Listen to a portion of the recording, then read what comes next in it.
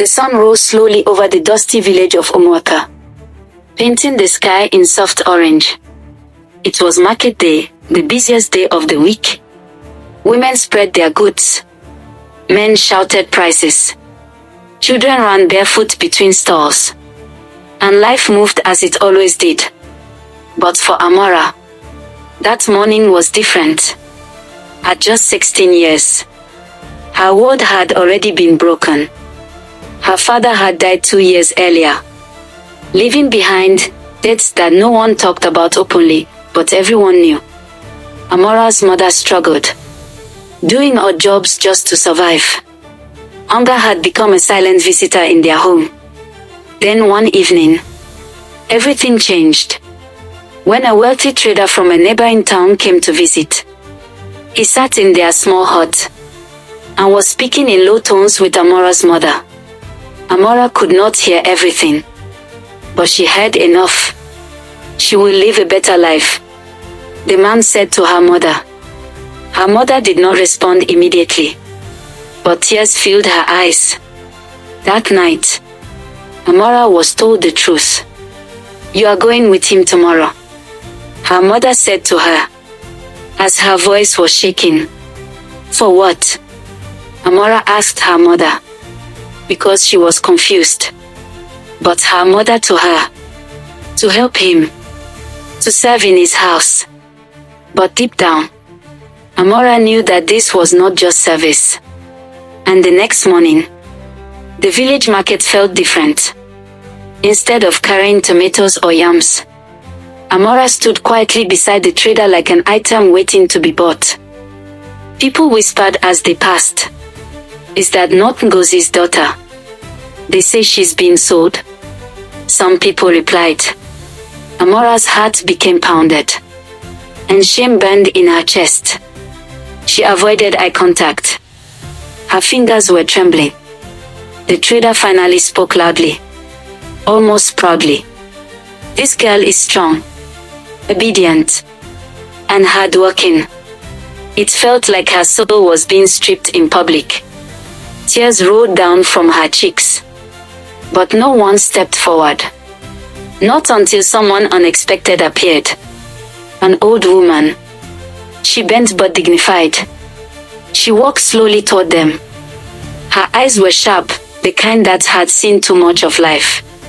What is going on here? She asked calmly. The trader scoffed and said to the old woman, Mind your business, Mama. But the woman did not move. She looked directly at Amora, and something changed.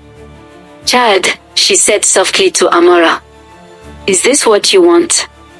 She asked Amora. Amora could not speak, but her silence screamed. The old woman turned to the crowd and said, Have we become a people who sell our own children? She asked loudly. The market went quiet immediately. The tension became thickened. Then something even more unexpected happened. A young man pushed through the crowd. He was well dressed, clearly not from the village. His presence commanded attention. I will pay her debt, he said firmly. Everyone gasped. The trader laughed. And who are you to interfere? The trader asked the young man.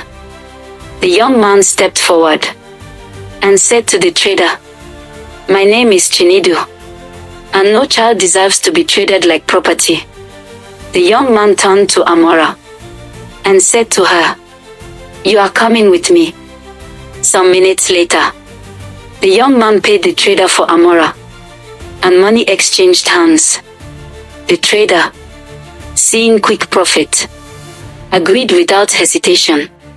Just like that, Amora's fate changed. But her story was only beginning. Chinedu took her to the city. At first, Amora was afraid. She did not trust kindness anymore. Life had taught her that help often came with hidden cost. But days turned into weeks, and nothing bad happened. Instead, something unbelievable happened. Chinedu enrolled her in school. You deserve an education, he told her. Amara cried that night, not from pain, but from something she had almost forgotten existed, hope. Years passed. The little village girl who was once sold in the market became one of the brightest students in her class. She worked harder than anyone, because she remembered. She remembered the shame, the hunger, the moment her life almost ended before it even began.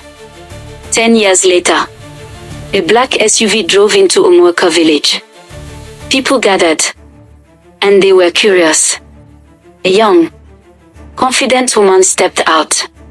She was elegant, educated, and powerful, and there was no other person but Amara. But this time, she was not standing in the market as a commodity. She stood as a symbol, a testimony, and a living story of what fate can rewrite. She walked straight to the same market square where her life once broke. Tears filled her eyes. Then she turned to the villagers and spoke. She said this to the villagers: "No child should ever be sold again. Not here. Not anywhere." That day, she announced something that shocked everyone. She was building a free school for children in the village, and a support center for struggling parents. Because she understood something most people never do. Sometimes, destiny hides behind the darkest moments. And sometimes, all it takes is one person to change everything. They tried to sell her future, but destiny bought her freedom.